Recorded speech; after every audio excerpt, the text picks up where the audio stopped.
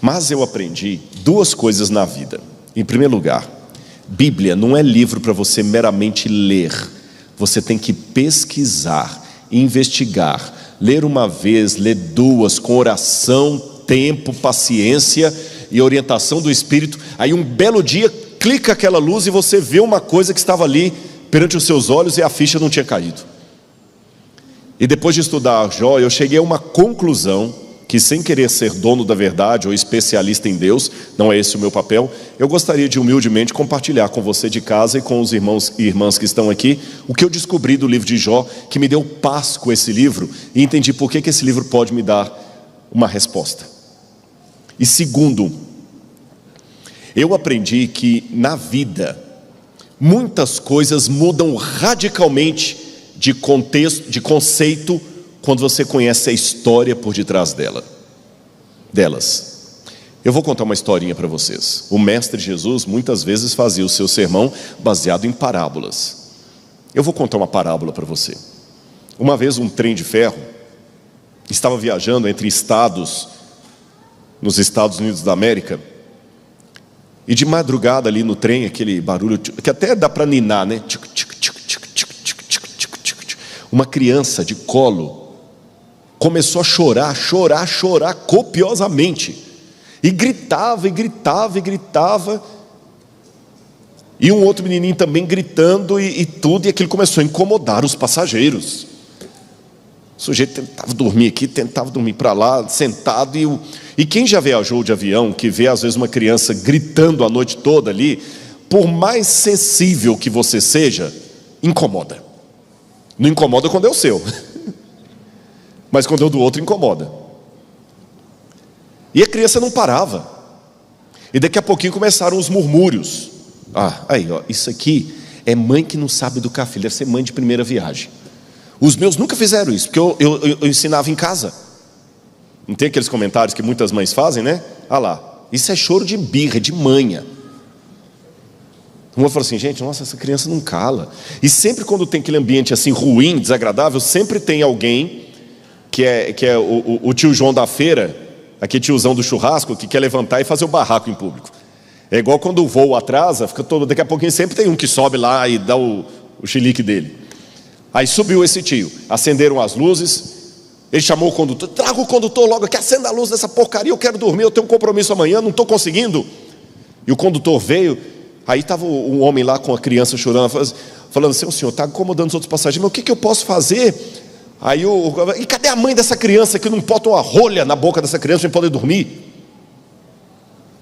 Quando aquilo foi falado, o pai, totalmente desengonçado com o bebê no colo, falou assim, desculpe, e ele tinha mais duas crianças pequenas do lado dele e o bebê. Ele falou, desculpe, senhores, a mãe dessa criança está no vagão de cargas, num caixão, é a minha esposa. Ela faleceu e nós estamos levando o corpo dela para sepultar na nossa cidade. E eu estou desesperado que eu não consegui uma babá para vir comigo, e eu não sei o que fazer com as minhas 3 crianças aqui. Dá para você imaginar o desfecho dessa história? Na hora, todo mundo mudou de percepção. Uma mãe se apresentou e falou, com licença, tadinha, esse choro, ela está com fome, eu estou lactando, porque eu tive bebê há pouco tempo, se você quiser eu posso dar um pouquinho de mamar para ela.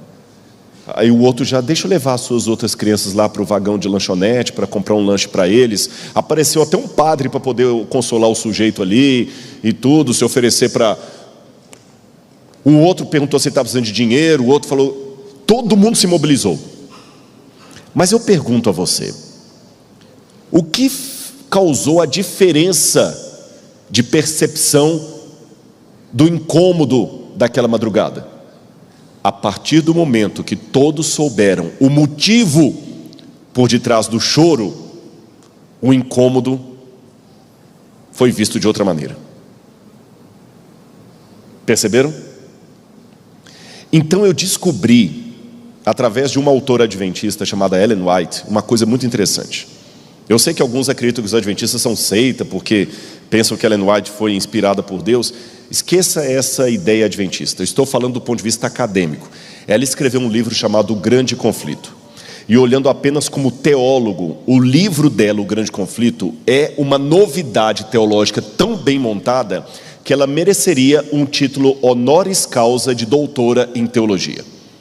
Porque é inédito. Ela criou um framework, um arcabouço para o grande conflito, que somando esse insight de Ellen White com o livro de Jó, eu pude agora ver os meus problemas na mesma perspectiva da historinha do trem de ferro que eu acabei de contar para vocês. Quando nós conhecemos o pano de fundo que está por detrás da história, o choro irritante da criança passa a ser um motivo de piedade, de compreensão e tolerância. E entre aspas, você tem muito chorinho de criança te incomodando na vida, e você reclama justamente por desconhecer o pano de fundo que está por detrás disso. Aliás, você sabe que a fundamentação teórica da gente é levantada às vezes através de diferentes autores. Eu falei de Ellen White, falei do livro de Jó, e vou falar também de Aristóteles.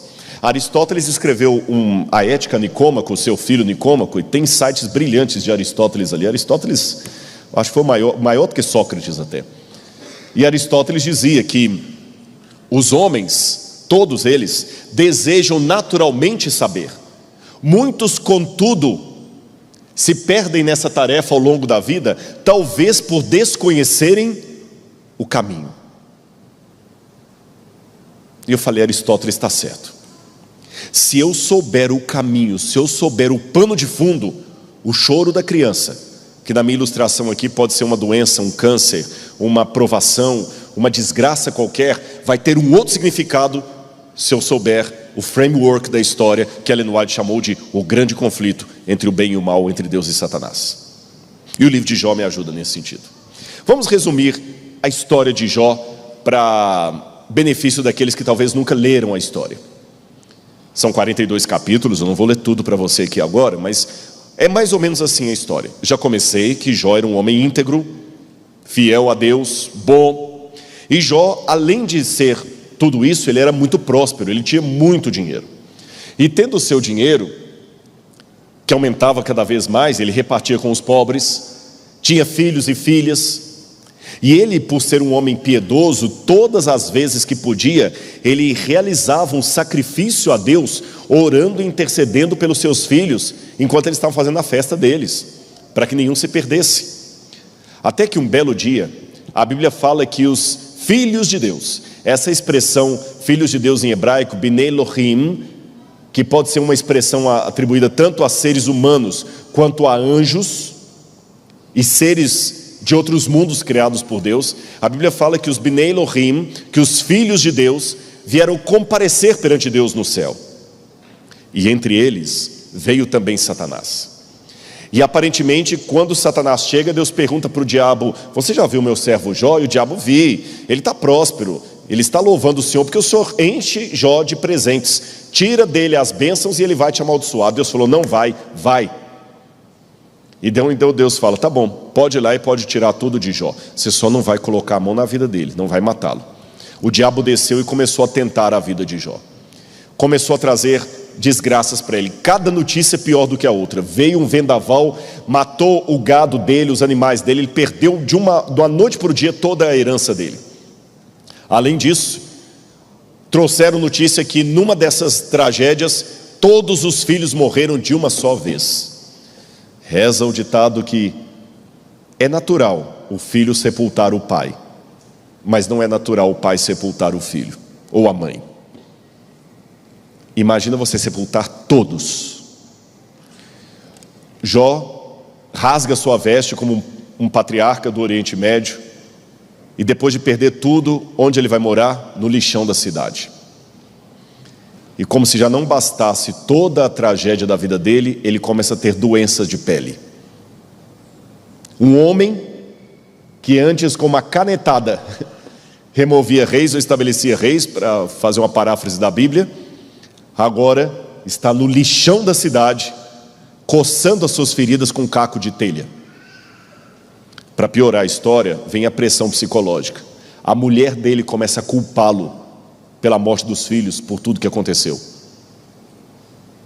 E vem 3 amigos de Jó, ainda prósperos, para consolá-lo na sua dor, e sentam ali e ficam calados. Na sequência do livro, Jó começa a desabafar os problemas dele. E os amigos o interpelam, falando: Jó, você está ficando louco, não fale isso de Deus. E começam a falar, e tem um diálogo, e réplica e tréplica. No final, Jó fala assim: mas eu sou inocente. Aparece um último, que repreende aqueles amigos de Jó. E aí, finalmente, Deus surge na história. Ele faz uma série de perguntas para Jó. E no final do livro, restaura para Jó, dá novos filhos para ele, restaura o dinheiro dele, e assim termina a história.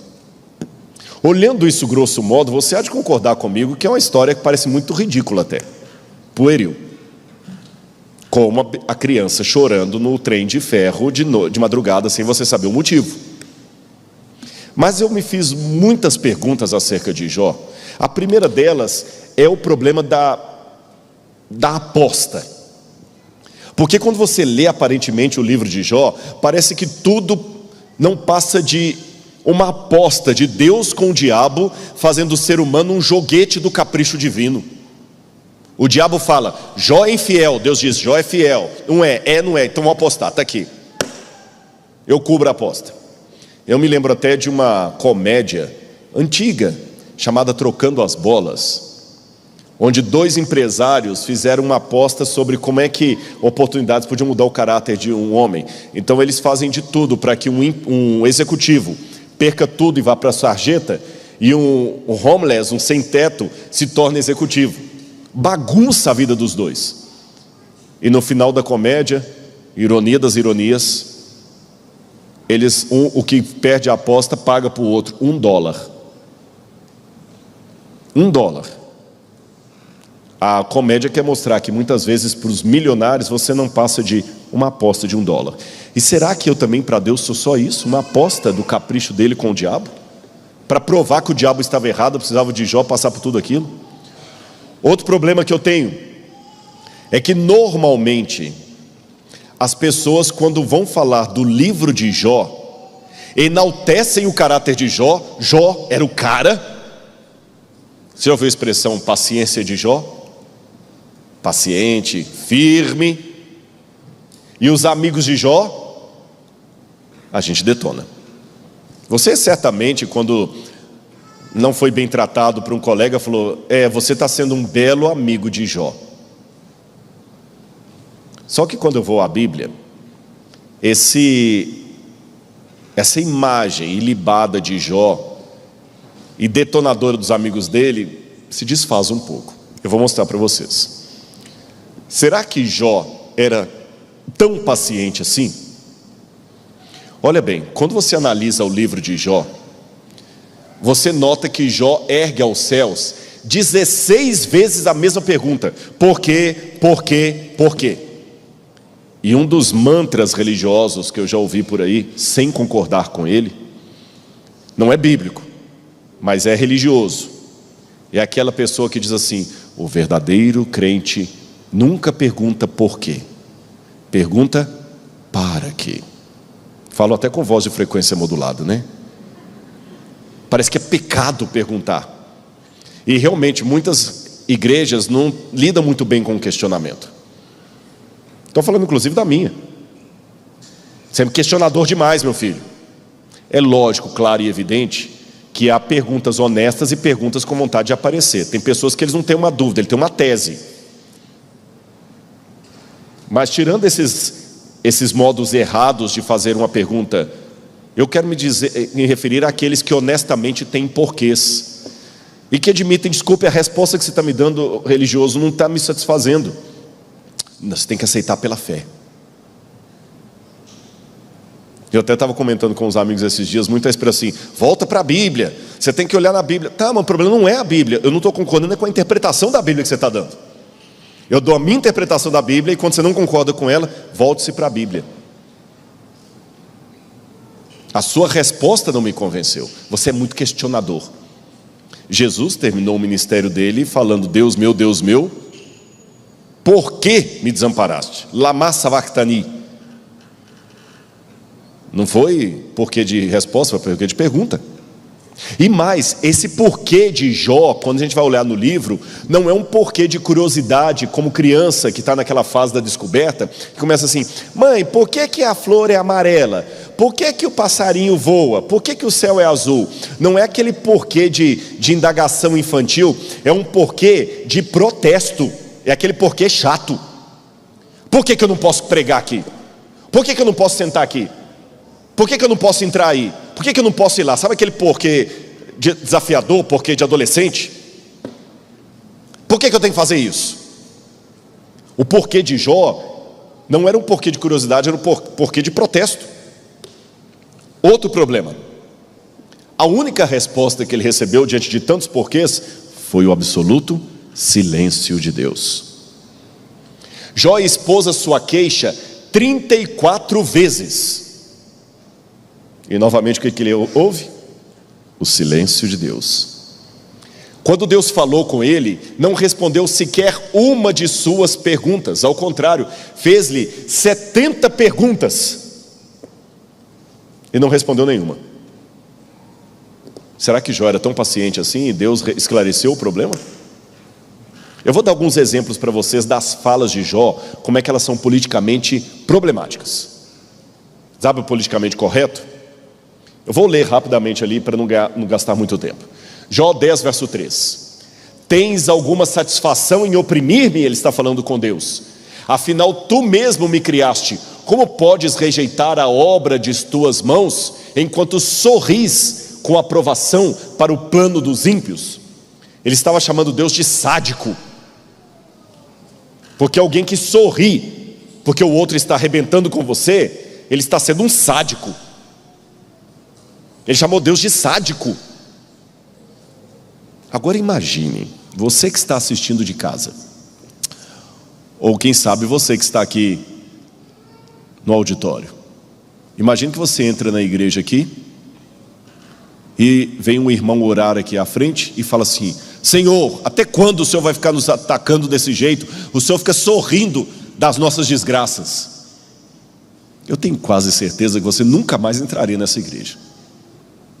E aquele irmão que fez essa oração nunca mais viria à frente nem para anunciar o hino final.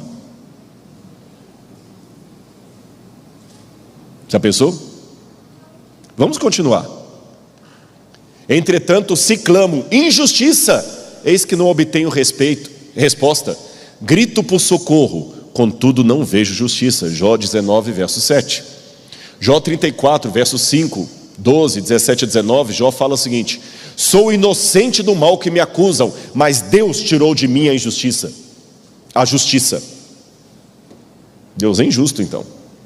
Jó 7, verso 20. Se errei e pequei, que mal te causei, ó tu que vigias todos os seres humanos? Por qual razão me tornaste teu alvo? Porventura me transformei num fardo pesado e inútil para ti? E por último, Jó 16, 11 em diante. Deus me entrega nas mãos do ímpio e me faz cair nos ardis dos perversos. Gente, tem uma outra parte que Jó fala o seguinte: coloca Deus diante de mim e eu vou mostrar na cara dele que ele está sendo injusto. Tem uma hora que ele fala o seguinte: põe ele aqui, vem ele. Agora para o Senhor é fácil, dizia Jó. O Senhor não é homem como eu, o Senhor não sofre das canseiras dos mortais. É muito fácil para o Senhor aí, com todo o seu poder, ficar dando lição de moral, de como vencer os problemas. O Senhor não tem problemas. É triste isso. Eu imagino cá com os meus botões, que se um membro dessa igreja falasse essas coisas, se ele levantasse aqui e falasse assim: pastor, eu estou cansado de sofrer, porque esse Deus aqui, ele tem prazer do sofrimento, ele tira de mim a justiça. Eu tenho certeza que outros falam: irmão, calma, tem visita na igreja. Gente, desculpa, ele tem problema, viu? Você não ia querer alguém representando a igreja adventista com esse tipo de palavra. Não, Jó não é o melhor para nos representar, não. Que curioso, olha o paradoxo. O mesmo Jó que no início do sermão eu falei que era um homem íntegro, reto, que era aquele que todo mundo ia gostar de tê-lo representando o grupo, na hora da provação, é aquele que você não queria perto. E se alguém na igreja ousar falar a metade do que Jó falou, muitos vão falar: irmão, calma, isso é blasfêmia, irmão, confie em Deus. Antes que você se assuste com a Bíblia Sagrada, deixe-me dizer que Deus é menos ofendido pela sinceridade de um pecador do que pela hipocrisia de um santo. Não é reprimindo o seu sentimento que você vai resolver o problema. Agora, querem ver a contramão disso? A gente sempre detona com os amigos de Jó. Mas o problema é que quando eu vou ao texto, o discurso dos amigos de Jó é que parece politicamente correto. Querem ver? Vou dar um exemplo para você citando as palavras de Elifaz. Olha o que Elifaz diz para Jó: eis que tens ensinado a muitos e tens fortalecido mãos fracas. As tuas palavras têm sustentado os que tropeçavam, e os joelhos vacilantes tens fortificado. Mas agora, em chegado a tua vez, tu te enfadas. Sendo tu atingido, te perturbas. Jó 4, 3-5. O que Elifaz está falando? Poxa, Jó, você consolou tanta gente, agora que o problema bate à sua porta, você reclama? O que você pregou para os outros não serve para você? Qual o problema teológico do que Elifaz está falando? Nenhum, está correto. Outra fala de Elifaz: lembra-te, acaso já pereceu algum inocente? E onde foram os retos destruídos? Segundo eu tenho visto, os que lavram a iniquidade e semeiam o mal, isto mesmo eles cegam. Jó capítulo 4, versos 7-8. Ou seja, Jó que falava: Deus tem prazer em me oprimir, Deus tirou de mim a justiça. Ele faz: não, Deus não faz nada de errado. Ele faz, está certo ou errado? Vocês estão com medo de responder? Ele está certo. Outra fala de Elifaz: queres seguir a rota antiga que os homens iníquos pisaram? Jó 22:15. Você vai continuar falando essas bobagens contra Deus? Quanto a mim, continua Elifaz, eu buscaria a Deus, e a Ele entregaria a minha causa. Escuta-me, mostrar-te-ei o que tenho visto e te contarei. Eu entregarei minha causa a Deus. E por fim, os conselhos de Elifaz são sempre assim: reconcilia-te, se te converteres, mostrando-se como alguém que tem experiência com Deus. Ou aí deu um nó maior na minha cabeça, que quando eu vou para a Bíblia, parece que Jó que é o complicado teologicamente falando, e Elifaz e os amigos de Jó que são os corretos. Então onde é que está o erro, o problema dos amigos de Jó? Olha esse texto que eu gostaria de ler na Bíblia com vocês. Jó capítulo 2, verso 11. Abra a Bíblia comigo. Jó capítulo 2, verso 11. Quando Jó teve toda a sua desgraça e perdeu tudo, ele foi para o lixão da cidade. Quando os 3 amigos de Jó ouviram que todo esse mal havia caído sobre ele, vieram cada um do seu lugar.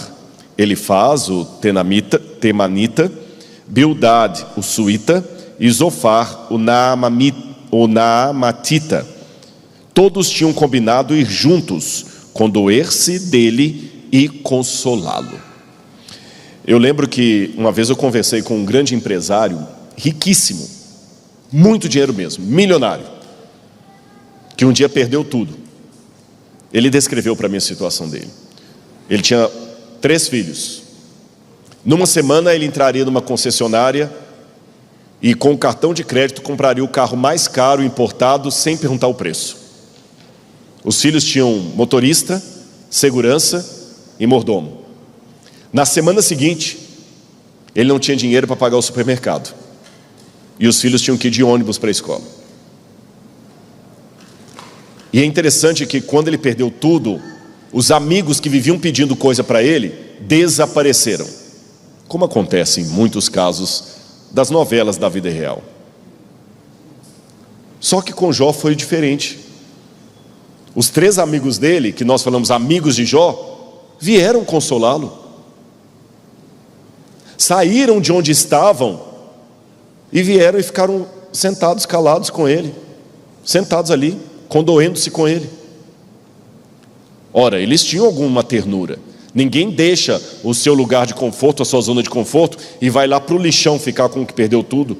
Mas alguém pode perguntar: tudo bem, Rodrigo, mas se eles eram ricos e prósperos, por que eles não ajudaram Jó? Imagine, você perde tudo, eu ainda tenho dinheiro. Eu vou lá te consolar, mas não te ofereço nem um tostão para te tirar do buraco. Sabem por que eles não ajudaram Jó? Eu vou explicar para vocês.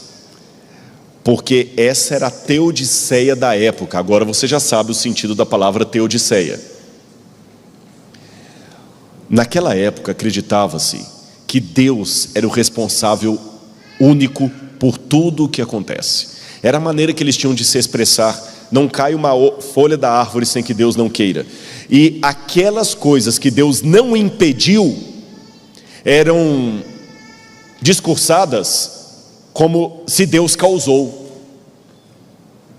Até a Bíblia usa essa linguagem do Oriente Médio, dizendo: Deus endureceu o coração de Faraó, um espírito da parte de Deus foi sobre Saul. Não é que Deus endureceu o coração de Faraó, mas aquilo que Deus não impedia, eles falavam Deus fez. Era a maneira que eles tinham de se expressar. E antes que você se assuste com essa maneira, saiba que mesmo a nossa bela e linda língua portuguesa também tem maneiras muito complicadas de se expressar em termos teológicos. Nós dizemos, por exemplo, vai com Deus, como se Deus não estivesse em toda parte. A gente fala o seguinte: não, se Deus quiser, você vai vencer essa. Aí quando você não vence é porque Deus não quis. Perceberam que mesmo a língua portuguesa tem que ser explicada, que se for pegada ao pé da letra, gera complicação? Não, se Deus quiser eu vou conseguir. Quer dizer que se eu não conseguir é porque Deus não quis. A gente joga nas costas de Deus. Eles também. Então, no entendimento dos amigos de Jó, é assim que funcionava. Se Jó estava em provações e desgraças, é porque Deus estava punindo a Jó. E se eu interferir, eu estou interferindo no juízo de Deus. Seria mais ou menos assim: em educação de pai e mãe, ninguém deve meter o bedelho.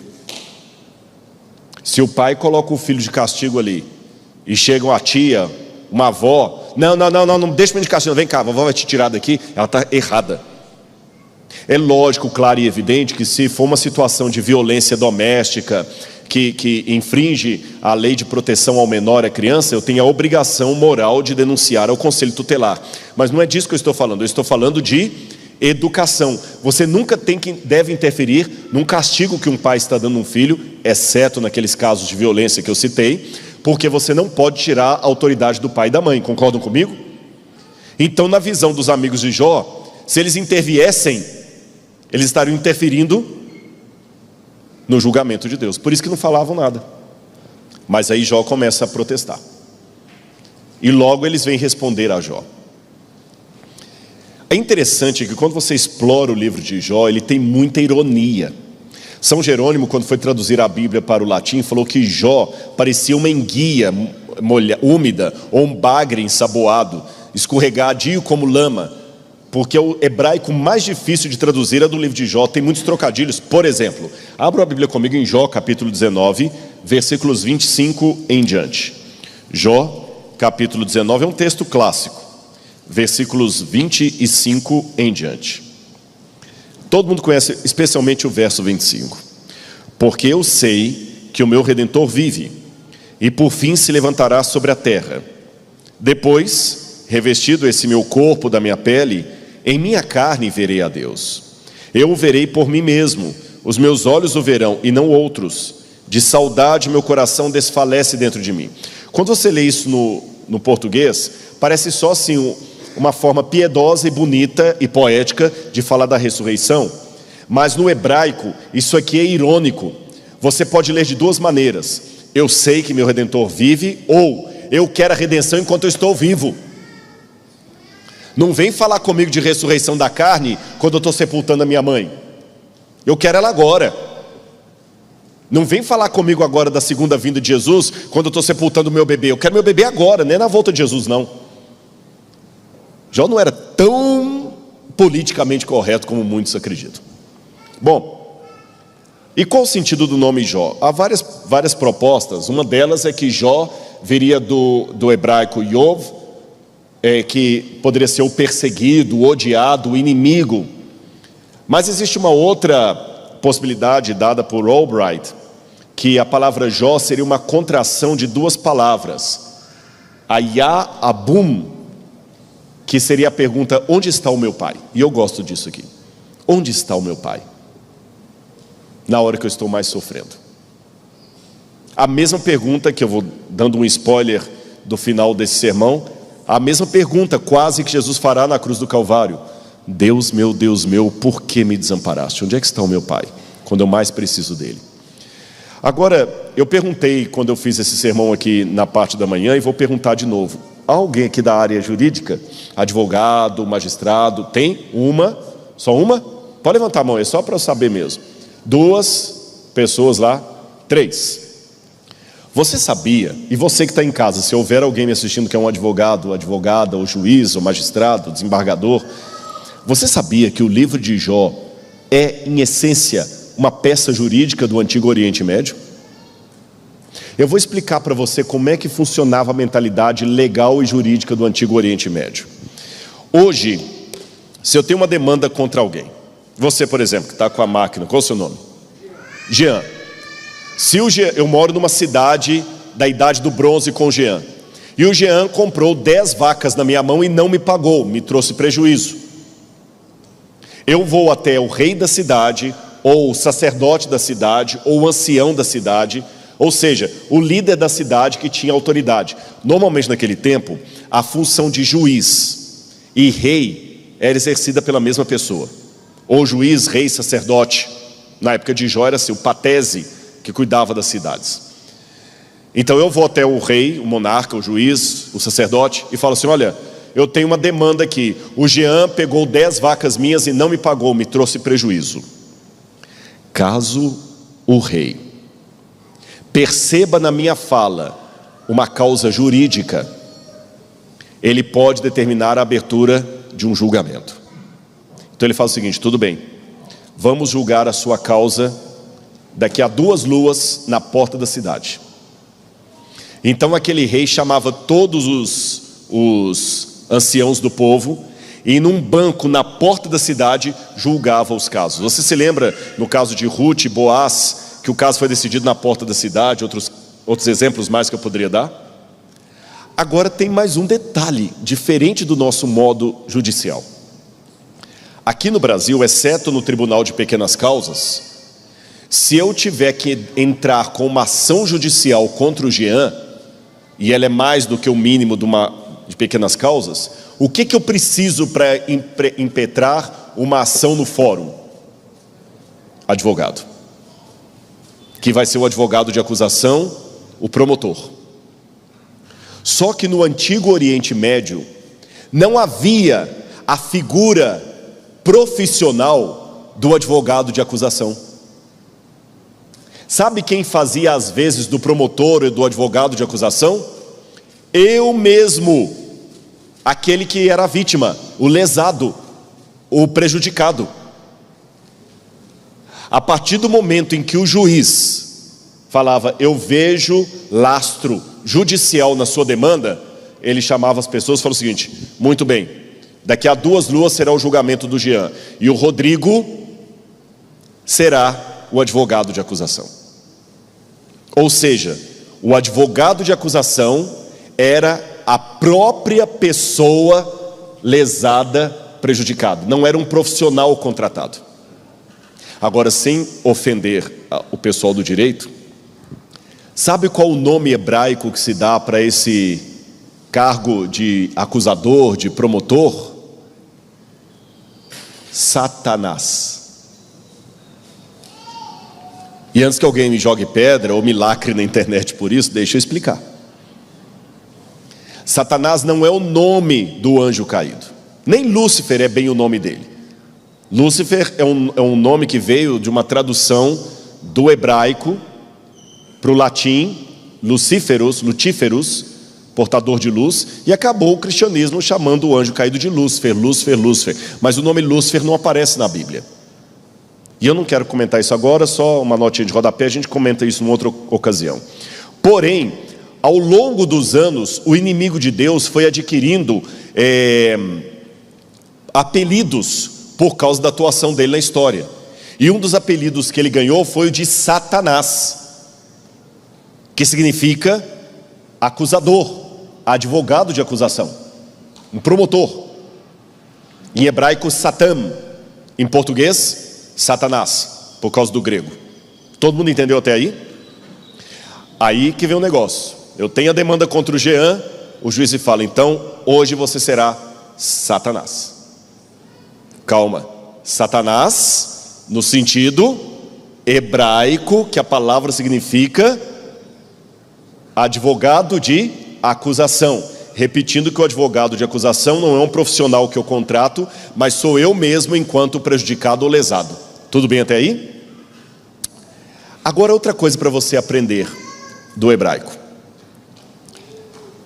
Os nomes próprios em língua hebraica bíblica não admitem artigo definido. Em português é normal eu falar assim: o Alexandre pediu para eu dar um recado. Em hebraico é errado gramaticalmente dizer o Alexandre. Alexandre pediu para eu dar um recado, porque em hebraico não se usa artigo definido antes de nome próprio. Pontuou isso? Agora que você já sabe isso, olha que interessante quando a gente lê Jó, capítulo 1, versículo 13. Perdão, Jó capítulo 1, versículo 6.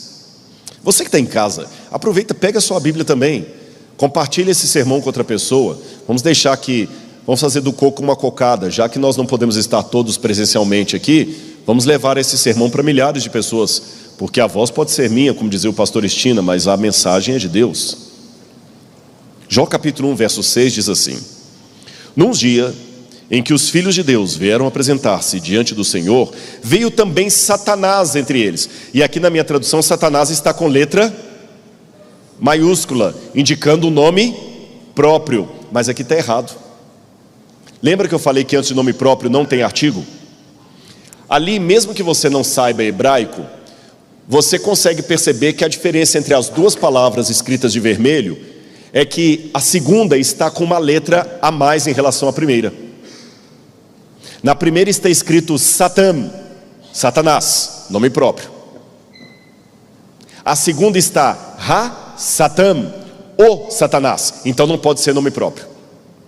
E quando eu leio isso aqui em hebraico, diz assim: quando os filhos de Deus vieram apresentar-se perante o Senhor, veio também Satanás, Gam Ha-Satan. Então não é nome próprio, é título, cargo. Ele apresentou-se perante Deus como Satanás. E o que é Satanás no direito do antigo Oriente Médio? Advogado de acusação. E quem é o advogado de acusação?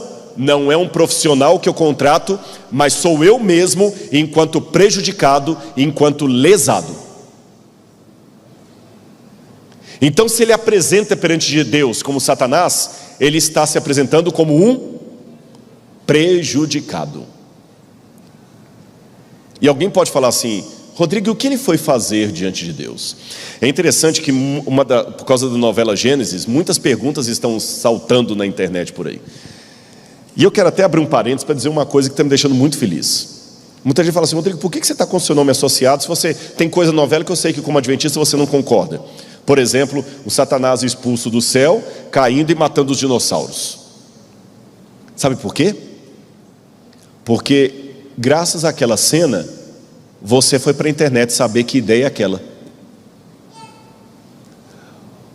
É interessante que a Rede Globo, na mesma época que a novela foi lançada, lançou o Big Brother Brasil. Mas pela primeira vez, milhões de pessoas no Brasil não amanheceram comentando sobre a casa do Big Brother. Amanheceram comentando sobre o livro do Gênesis. Tá, mas tem coisa lá que a gente não concorda. Você tem um ótimo motivo para apresentar as razões porque você não concorda. Olha que interessante, tem um monte de gente agora falando assim: olha, os erros da novela. Que ótimo, o pessoal agora está assistindo e tem da Bíblia. Voltou para a Bíblia. Se Paulo pôde usar o Deus desconhecido de Atenas como pauta para poder lançar, por que eu não posso começar por aquilo ali? Não é para substituir a Bíblia. Mas olha que interessante, por que você, ao invés de reclamar, não aproveita a oportunidade Eu não assisto novela. Amém, tudo bem. Mas já que a sua vizinha assiste, por que você não aproveita a novela que você não assiste e usa isso como argumento para oferecer o estudo bíblico para a sua vizinha que assiste? Não, menina, você está assistindo aquela novela? Não, não assisto novela. Eu achei uma coisa esquisita, o diabo caindo do céu, destruindo os dinossauros. Ah, é? Você achou estranho? Você não gostaria que eu fosse à sua casa dar um estudo bíblico sobre o Gênesis e te mostrar como é que foi a queda de Lúcifer? Ah, eu gostaria. Pronto.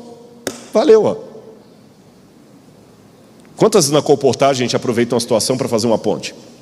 Jesus não começou o evangelismo com a mulher samaritana dizendo que ele era o Messias. Ele começou pedindo água. Depois ele falou da vida dela, mandou que ela trouxesse o marido e fosse aqui. Só depois que ele se revelou como Messias. A gente não começa um estudo bíblico pelas doutrinas, você começa pela amizade, pelos pontos comuns. Paulo não começou falando de Deus em Atenas, ele começou falando do Deus desconhecido. Aproveita. Faça do limão uma limonada, faça do coco uma cocada.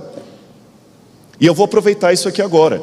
Já que um monte de gente perguntou daquela ideia de Lúcifer caindo do céu, veio a pergunta e a oportunidade para eu responder: quando afinal de contas Lúcifer caiu do céu? E eu vou responder para você em casa agora. Na verdade eu já gravei um vídeo sobre isso, mas se você quiser ver de novo eu vou falar aqui. Uma notinha rápida de rodapé. Não vai atrasar muito o sermão não. Quando você vai a Apocalipse capítulo 12, lá descreve a expulsão de Satanás do céu. Aliás, lembra que eu falei que ele foi adquirindo apelidos ao longo do tempo?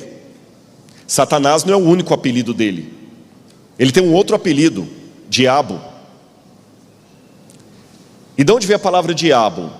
Em grego, a preposição dia significa através de. Diálogo, através da palavra. Dialética, através do argumento. Diáspora, semente lançada através dele. Diapasão, som através de. Diarreia, que corre através de. É grego. Está vendo como é que é fácil aprender grego? Então, quem foi meu aluno no seminário, eu sempre falava: vocês têm que usar grego no púlpito. E balos significa lançamento. Tanto é que quando você atira com um revólver, você atira uma bala. Quando você vai fazer um teste da balística, balo lançado através de. Balo lançado, lançado através de. Diabalus, aquele que foi lançado através de. Então ele foi lançado do céu na terra. Jesus falou que ele foi lançado como um raio. Lucas capítulo 10. Mas vamos voltar a Apocalipse 12. Apocalipse fala que houve peleja no céu. Miguel e seus anjos pelejaram contra o dragão. Também pelejaram o dragão e seus anjos, todavia não prevaleceram, nem mais se achou lugar deles no céu. E foi expulso o dragão, a antiga serpente, que se chama Diabo e Satanás. Você já sabe por que ele tem esses dois apelidos. Satanás porque ele é o reclamador, e Diabo porque ele foi lançado através de. Foi lançado para a terra com seus anjos. Mas espera um pouquinho. Olha o que diz o Apocalipse. Foi expulso a antiga serpente que se chama Diabo e Satanás. Raciocina comigo. Para o Apocalipse falar que foi expulsa a antiga serpente, é que essa expulsão tem que ter acontecido em algum momento depois da queda de Adão e Eva. Concordam comigo? Porque se ele já é expulso com o nome de antiga serpente, é porque ele já tinha atuado através da serpente. Além disso, o Apocalipse fala que essa expulsão do diabo do céu aconteceu numa época posterior à ascensão do Messias, porque a mulher dá à luz ao menino, ao Cristo, e esse menino ele sobe até o céu, e aí que Satanás é expulso do céu. Então, pela cronologia aqui, essa expulsão de Apocalipse capítulo 12 tem que acontecer depois da ressurreição e ascensão de Jesus. Tudo bem até aí? Mas aí eu tenho um problema, porque em Lucas capítulo 10, Jesus, antes de morrer e ressuscitar, declarou: eu via Satanás caindo do céu como um relâmpago, ou como um raio. E de fato, o livro História da Redenção mostra que ele já perdeu o lugar dele no céu lá no início da rebelião dele. Como é que eu resolvo isso? Jó me dá a resposta. Porque entre essa expulsão original dele do céu, antes da criação de Adão e Eva, ele já foi expulso do céu. Antes dessa expulsão dele do céu, e essa segunda expulsão dele depois da ressurreição de Jesus, tem o livro de Jó, que fala que os filhos de Deus foram comparecer perante o Senhor, e veio também Satanás entre eles. Essa expressão no hebraico, veio também Satanás, Gam Ha-Satan, é uma expressão irônica. É como se dissesse assim: veio alguém que não teria direito de estar ali, que não era para estar ali. É como se falasse o seguinte: foi todo mundo lá em casa, fulano, beltrano, ciclano, e também a fulana de tal. Quando eu falo isso, você sabe que aquela não era para estar ali. Então por que ele foi comparecer perante Deus se ele foi expulso do céu? O diálogo dele com Satanás, o diálogo de Deus com Satanás me responde. Deus pergunta para ele: de onde vens? Mi-aí-tavô, que é um trocadilho em Jó, que significa: o que você está fazendo aqui? E olha a resposta irônica de Satanás. Volte a Bíblia comigo, Jó capítulo 1, versículo 7. Então o Senhor perguntou a Satanás: de onde vens? Que eu já expliquei, o que você está fazendo aqui? Satanás respondeu ao Senhor: de rodear a terra e passear por ela. Esse passear pela terra não significa um passeio como uma família que nas férias vão para a Disney com os filhos. Não é passeio no Hop Hari. Não é que o diabo chegou assim: eu estava lá passeando na terra, não tinha o que fazer, passei e vim aqui. Não, a Bíblia tem expressões idiomáticas. Passear por significa em hebraico o ato de um monarca de andar pelo seu reino, confirmando que ninguém se opõe à sua autoridade. Vou dar 2 exemplos bíblicos. Davi passeava pelo seu palácio quando viu Batseba tomando banho. Quando Adão e Eva caem em pecado, o livro do Gênesis diz: passeava Deus pelo jardim do Éden na viração do dia, quando perguntou: Adão, onde estás? Passeava Deus. Então esse passeava não é passeio de férias. O que é que o diabo está falando para Deus quando ele declara: passeei pela terra e rodeei por ela? Esse é o meu reino, ninguém se opõe a mim. E ele tinha uma razão legal. Eu aprendi uma coisa sem ser advogado: há muitas demandas que não são morais, porém são legais. Moral e legal não são sinônimos perfeitos. Eu tenho certeza que muitos juízes que talvez estejam me assistindo, eles deram às vezes veredictos que eles mesmos não concordavam. O sujeito matou o pai e a mãe com requintes de crueldade, foi preso, e no dia dos pais ele tem a saidinha de dia dos pais. Que coisa mais imoral do que essa? Mas é legal. Por mim ele apodrecia na cadeia, mas enquanto juiz eu só posso dar no máximo 20 anos para ele, que ele pode cumprir parte em liberdade ainda. Há coisas que são imorais, porém legais. O diabo não tinha o direito moral de ir ao céu, mas ele tinha o direito legal, porque quando Adão e Eva comeram daquele fruto, eles entregaram o planeta de mão beijada para o diabo. Por isso que quando os filhos de Deus vão comparecer perante o Senhor, o diabo, mesmo tendo sido expulso lá atrás, ele vai. E Deus pergunta: você já viu meu servo Jó? Tem alguém que se opõe a você? E o diabo fala: não, mas espera aí, não, calma lá, ele se opõe porque eu sou o contra. E Deus falou: não é bem assim. E por amor a todos os outros que estavam vendo aquela cena, Deus teve que permitir Satanás tirar a paz de Jó, porque Jó era a evidência jurídica que Deus precisava naquele momento. O diabo não pode se arvorar o Deus desse mundo enquanto houver uma pessoa que se opõe a ele, mesmo em pecado. Porque se Cristo veio morrer pelos pecadores, a salvação não pode ser obrigatória. Então, enquanto houver um nesse mundo, apenas um, desejando a salvação, o diabo não pode declarar o seu triunfo. Por isso que durante a história, ele sempre tenta acabar com o remanescente fiel. E quando a porta da graça se fechar, Deus não permitirá martírio de ninguém, porque se os 144 mil morrem, não haverá novas conversões, o mundo inteiro estará nas mãos do diabo.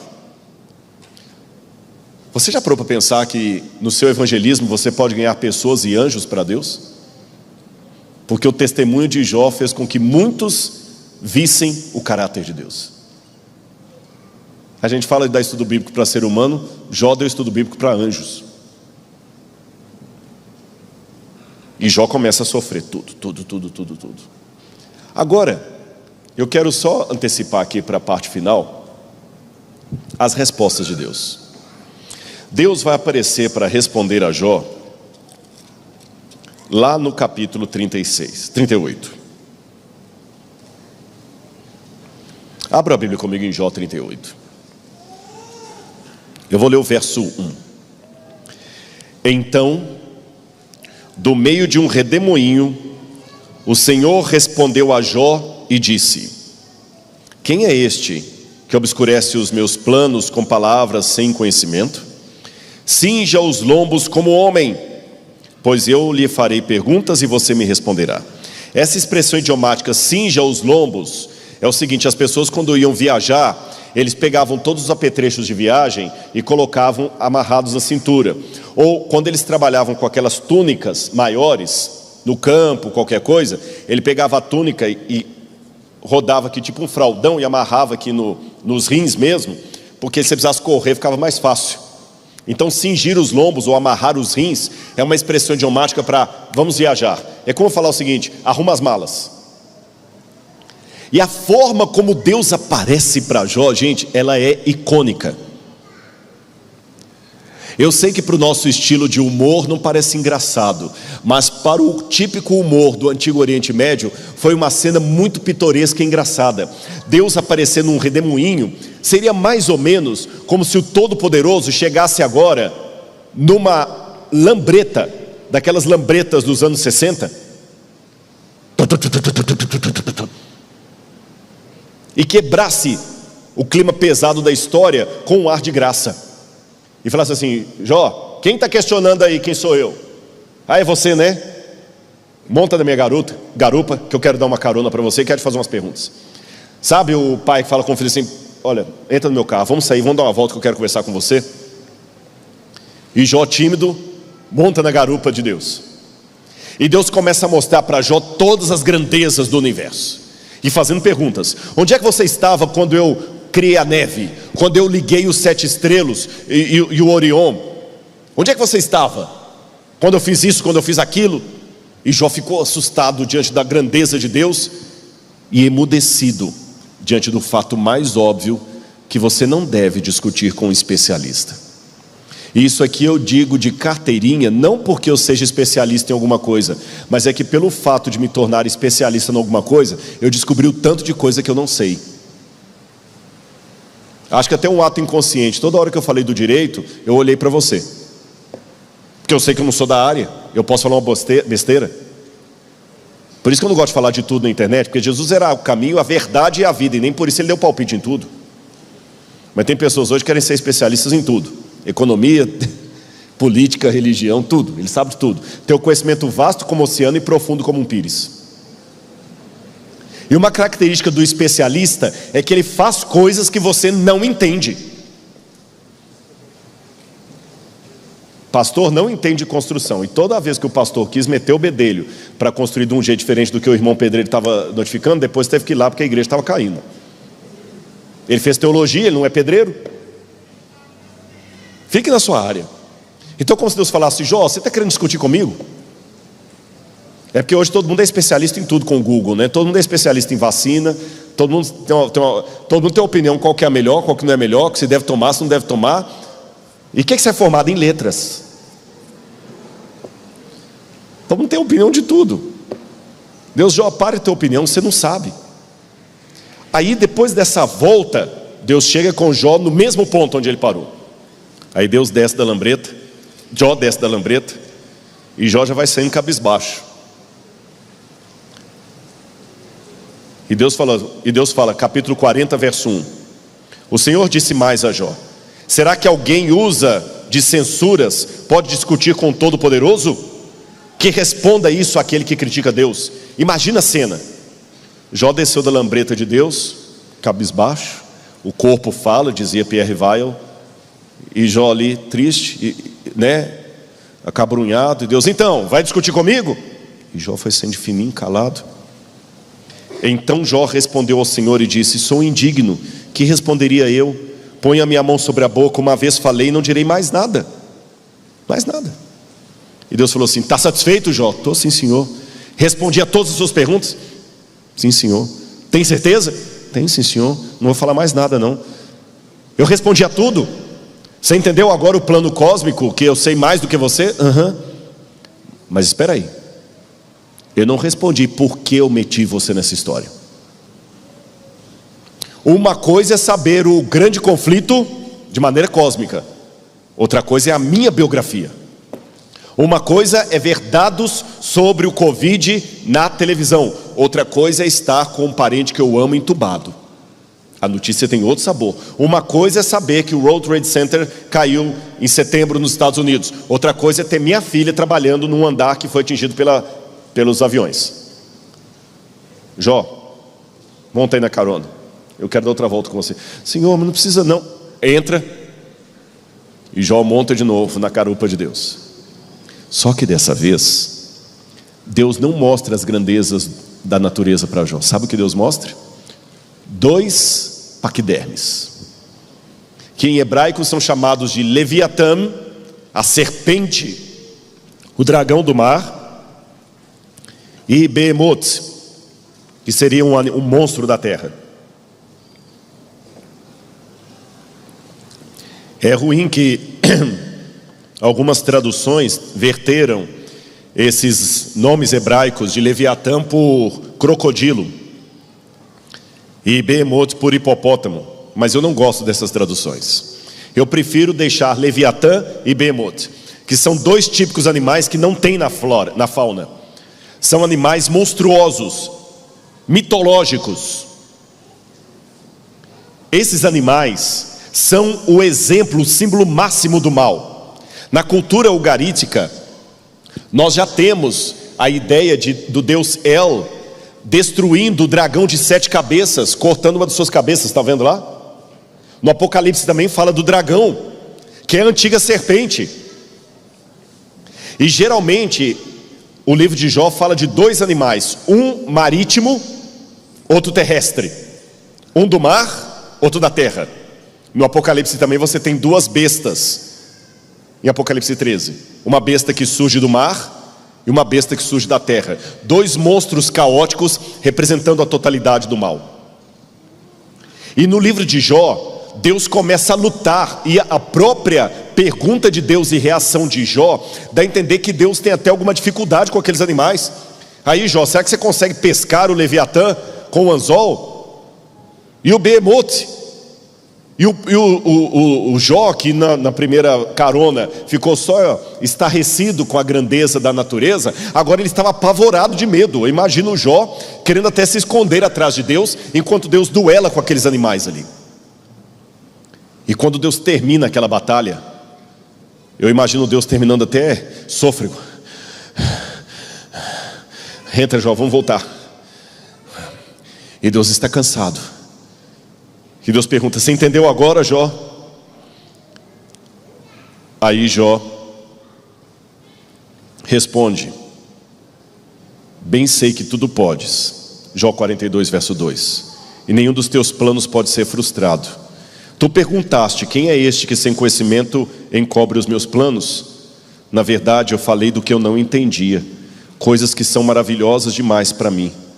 Dessas coisas eu não conhecia. Disseste: escuta, porque eu vou te falar. Farei perguntas e você me responderá. Eu te conhecia, Senhor, só de ouvir, mas agora os meus olhos te contemplam. No hebraico, na poesia de Jó, esse agora os meus olhos te contemplam, sabe o que dá a entender? Deus se fez pequeno demais e Jó pôde olhar para ele. Lá nos lamentos de Jó, ele dizia: você não é homem para partilhar das canseiras dos mortais. E Deus, ao duelar com aqueles animais, duelou como homem.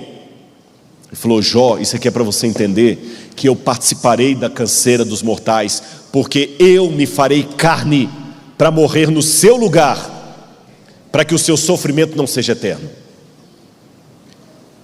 Eu luto com esses animais e eu me machuco também, Jó. Eu me machuco, e muito. É o que Paulo fala, que para mim é uma das teologias mais lindas de Paulo: o esvaziamento de Cristo, que se fez carne e habitou no meio de nós. E antes que você se assuste com o que eu vou declarar, eu digo para você: Deus não luta com o diabo como Deus. Rodrigo, isso é blasfêmia. Sabe por que não é? Simples. Se Deus lutasse com o diabo como Deus, não teria luta, teria massacre. E quando eu fiz menção de Ellen White aqui, o título da obra é O Grande Conflito, não O Grande Massacre. Você acha que se Deus lutasse com o diabo como Deus, teria luta? Teria. Existe uma luta real entre Mike Tyson e essa bebezinha que está aqui? Não. Só o fato de ter um grande conflito entre o bem e o mal é que o bem não está usando todas as suas armas. Deus está vencendo o diabo com o seu caráter mais do que com o seu poder. Porque é fácil ser Deus enquanto Deus, difícil é continuar sendo Deus com limitações. E ele assumiu, ele não perdeu a divindade dele, Jesus não perdeu nada, mas ele assumiu limitações quando veio morrer no nosso lugar. E o preço para devolver a terra para Adão, Eva, Jó e nós, tinha que ser o sacrifício do Cordeiro. E é por isso que ele volta para o céu e pode expulsar o diabo dali, porque Cristo recupera juridicamente a terra que nossos pais perderam. E essa guerra de Deus com os dois animais fará Deus ficar machucado para sempre. Sabe por quê? Porque Cristo ficará por toda a eternidade preso a um corpo humano, com as marcas da crucifixão. Por isso que no Apocalipse, quando João vê Jesus no trono do Pai, ele vê Jesus como um cordeiro degolado. No corpo glorificado de Jesus, tocado por Tomé, ainda está a marca da cruz. Ou seja, aquela dor que você tem, aquela cicatriz, tem data de validade, a dele será eterna. Quando perguntam para Jó: onde está o meu pai? Eu digo: está no mesmo lugar que estava quando Jesus morria na cruz do Calvário. Quando perguntam por que Deus permitiu o mal no universo, eu pergunto em retorno: quem pagou o maior preço? Foi Deus. Porque todos os demais terão sofrimento limitado, o dele vai ser perpétuo, o machucado para sempre. E aí, você que está me ouvindo em casa, já parou para pensar que Jesus ficará por toda a eternidade preso a um corpo humano? Paulo diz que nós, quando formos glorificados, teremos um corpo semelhante ao de sua glória. Como é que eu posso ter uma glória semelhante a Deus? Eu não tenho como ser Deus, mas Deus tem como ser um homem, um ser humano glorificado. E o corpo glorificado de Jesus, paradoxalmente, é a humilhação eterna de Jesus. Porque eu estou pregando agora no bairro do Boqueirão, aqui em Curitiba. Eu não conheço o bairro, mas eu imagino que deve uma casa muito bonita por aqui. Por mais bela que essa casa seja, eu, Rodrigo, que moro numa casa de 78 metros quadrados, se eu mudar para aquela mansão aqui do Boqueirão, eu vou fazer um upgrade. Mas a rainha da Inglaterra, que mora num palácio em Londres, vai cair de categoria. Eu, Rodrigo, num corpo humano, ter um corpo glorificado, eu estou subindo. Mas Jesus, que era Deus, ficar para sempre num corpo humano glorificado, ele caiu. Quando ele desceu do céu, ele era maior que os anjos. Ao assumir um corpo humano, Salmo 8, menor que os anjos fomos feitos, ele ficará menor que os anjos. Ele saiu do céu podendo olhar os anjos assim, e voltou para lá olhando os anjos que ele criou assim.